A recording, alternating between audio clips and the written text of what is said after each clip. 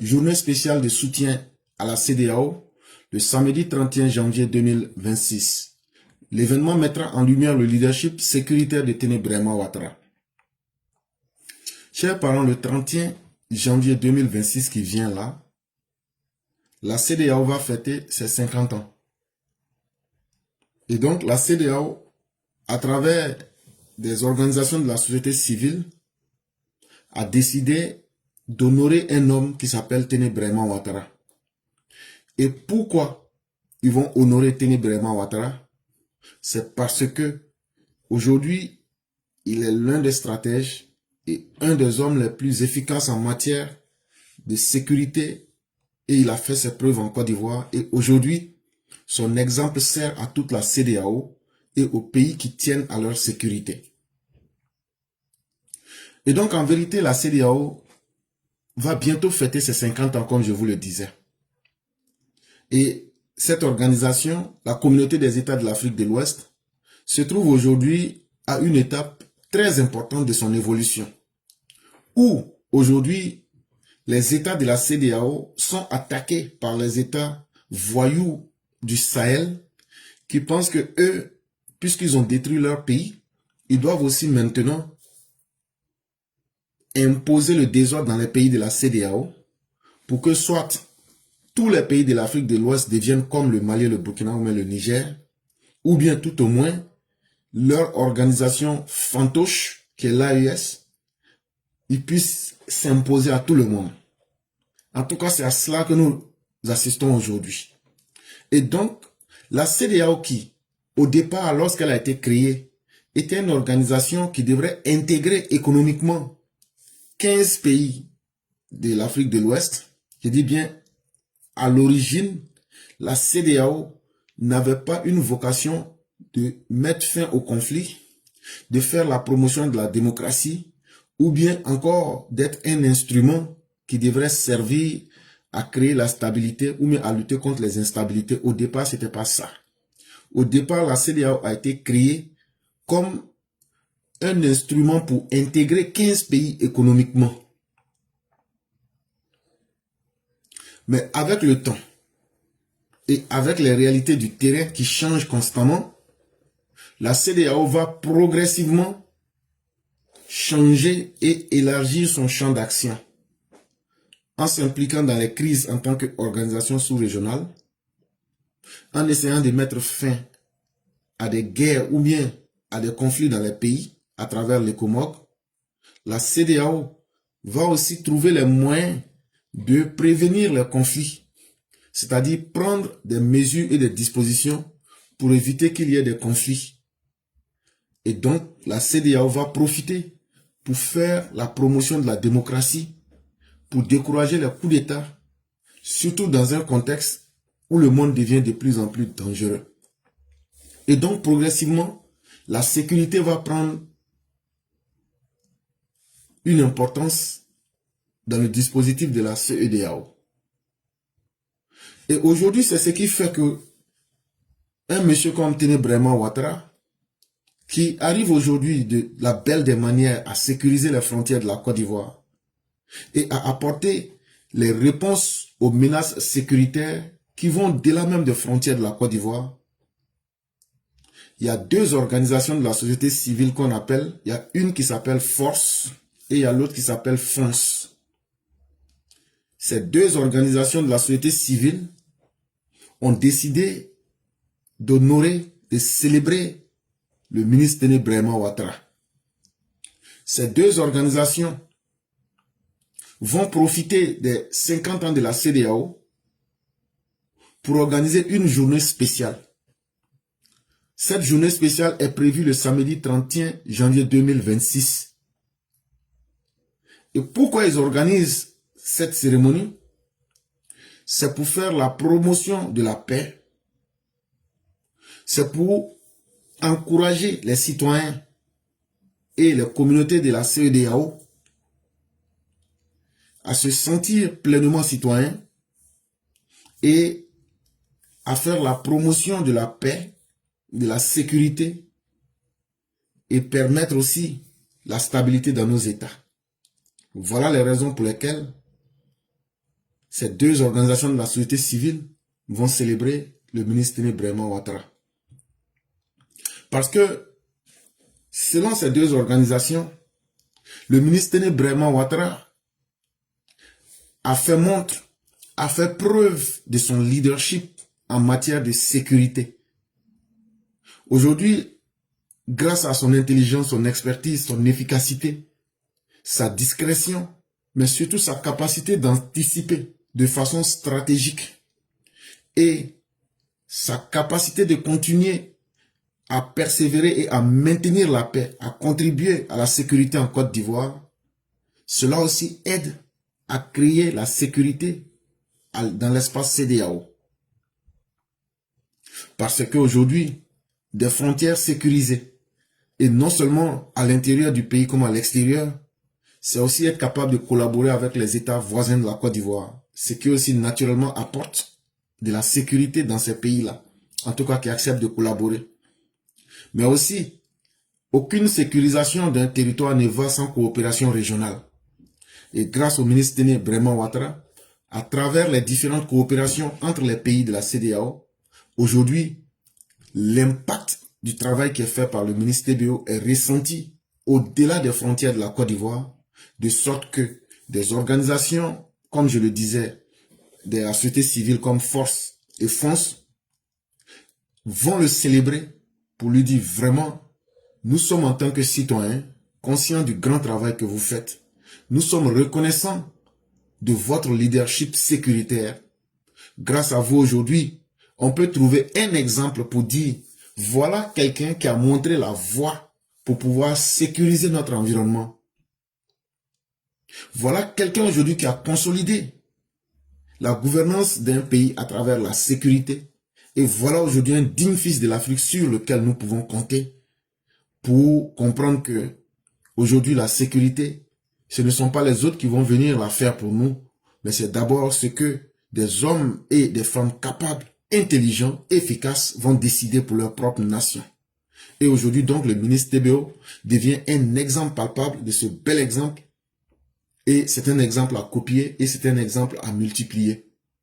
Et donc, c'est en cela que il faut savoir célébrer les grands hommes.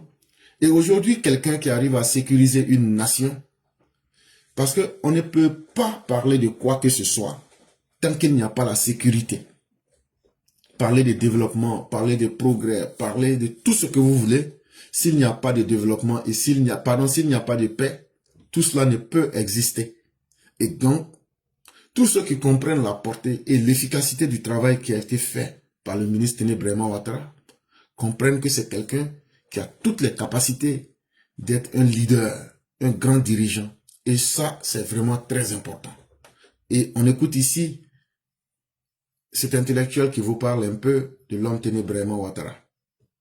Alors moi je vais vous dire, au sein du RADP, moi je vois honnêtement une personne à qui le président doit faire confiance, qui soit de RDR originel, c'est clair et net, hein, du RDR originel. Moi, je vois en tout cas son petit frère, Téné Ibrahima. C'est clair, c'est net, il faut le préparer, il faut prendre la relève, il ne faut pas se faire des...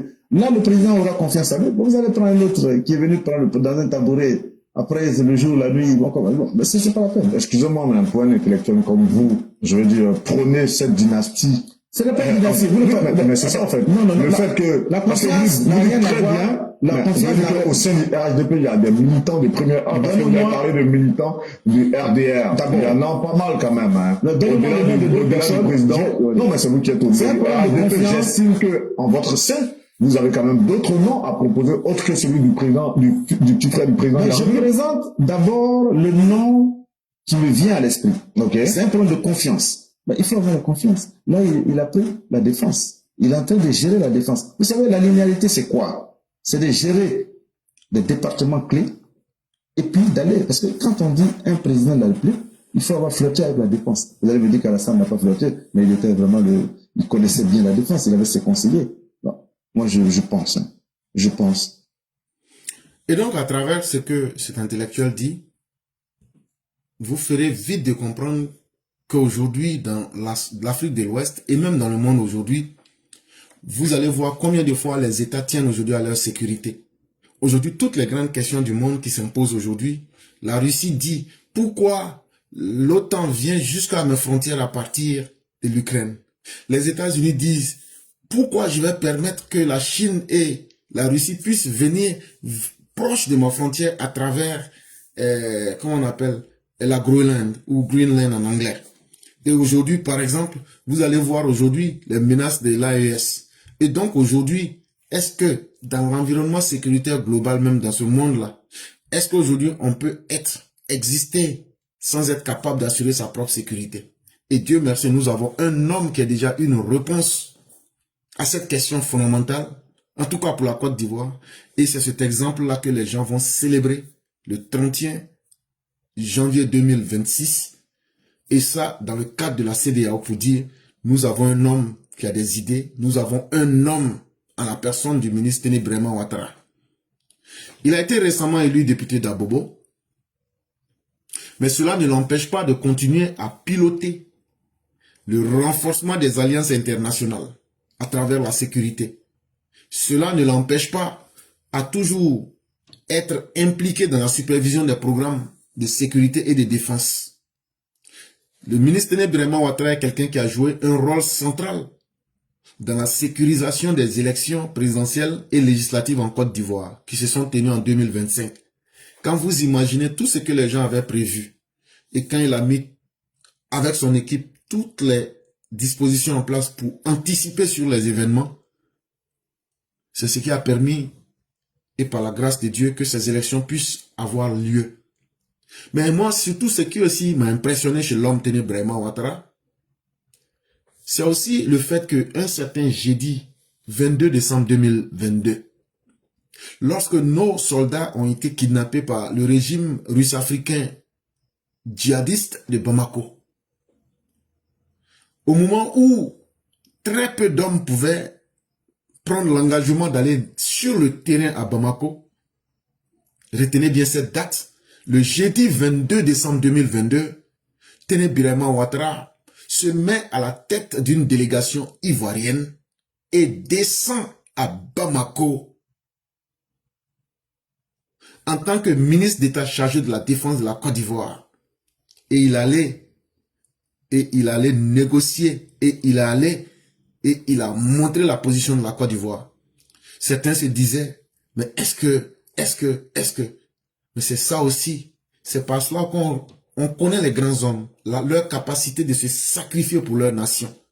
Voilà un ministre de la Défense qui dit, je ne peux pas accepter que mes soldats que nous avons envoyés dans un cadre international soient arrêtés. Je ne prendrai pas aussi d'intermédiaire en tant que le ministre de la Défense. Si je dois aller, et quel que soit ce qui va m'arriver, je vais aller pour qu'on me voie sur le terrain. Voilà la réalité.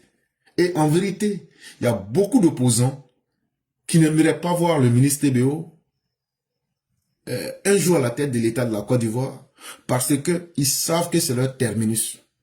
Lui n'a pas le temps de leur bavardage. C'est un homme qui est concret, c'est un homme qui est pragmatique et c'est un homme qui va à l'essentiel mais surtout en anticipant. Et donc, ils comprennent de quoi il est question et ils savent que avec le ministre TBO, le temps à l'amusement n'est pas permis. En vérité, il faut que nous puissions compter sur le ministre TBO lorsque sera venue l'heure de nous séparer du président Ouattara. Ce n'est pas que nous sommes en train de créer des troubles au sein du RHDP, mais nous sommes en train aujourd'hui de dire ce que nous pensons. Nous sommes en train de décomplexer ce que nous pensons. Et aujourd'hui, là, ça ne doit plus être quelque chose pour nous. Quand vous pensez, ou bien quand nous pensons que quelque chose peut être utile pour nous, il est temps que nous puissions faire connaître nos idées, puisque c'est nous les citoyens. Quel que soit celui qui va venir nous diriger, c'est d'abord nous qui devions être capables de décider, à travers notre libre conscience, de qui peut nous être utile et de quoi nous avons besoin. Lorsque Alassane Ouattara, nous l'avons connu en tant qu'un technocrate, nous l'avons connu en tant qu'un homme efficace à répondre aux questions économiques des pays, Nous en sommes très fiers et le président ne nous a jamais déçus sur cette lancée-là. Mais aujourd'hui, les réalités du monde qui s'imposent, ou tu es président dans un pays, comme ce que la France faisait avant, on vient t'enlever par coup d'État, ou bien aujourd'hui, comme le cas vénézuélien, ou bien aujourd'hui des États voyous qui attaquent des États stables. Aujourd'hui, nous avons besoin, en plus de la connaissance économique, nous avons aujourd'hui besoin de quelqu'un qui peut rassurer les uns les autres, qui peut mettre en confiance les fils et les filles de la Côte d'Ivoire en matière de sécurité. En tout cas, quand on regarde aujourd'hui la configuration du monde, si le monde reste tel qu'il est aujourd'hui, chacun aura besoin d'assurer ses arrières. Et le ministre TBO, nous pouvons compter sur lui comme quelqu'un qui a déjà l'expérience, mais surtout quelqu'un qui a une grande volonté de maîtriser et de continuer la sécurité de son pays et de la région ouest africaine. Et donc, c'est quelqu'un avec qui il faudra compter. Et ça, il faut déjà, comme je le dis, décomplexer ce message-là pour que les uns et les autres aujourd'hui puissent commencer déjà à s'apprêter ou bien à réfléchir.